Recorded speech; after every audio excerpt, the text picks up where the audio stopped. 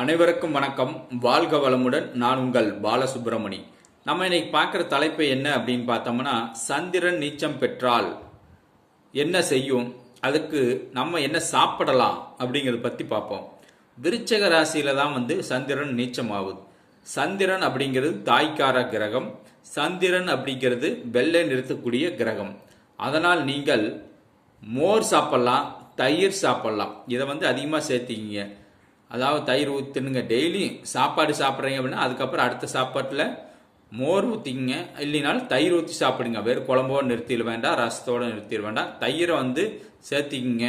மற்ற நாளில் தயிர் இருந்ததுன்னா களைஞ்சு மோராக குடியுங்கள். இதனால் உங்கள் உடல் மனம் மகிழ்ச்சி அதிகரிக்கும், ஆரோக்கியம் அதிகரிக்கும்.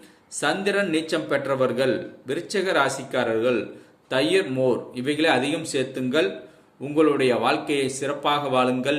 வாழ்க வளமுடன். நன்றி, வணக்கம்.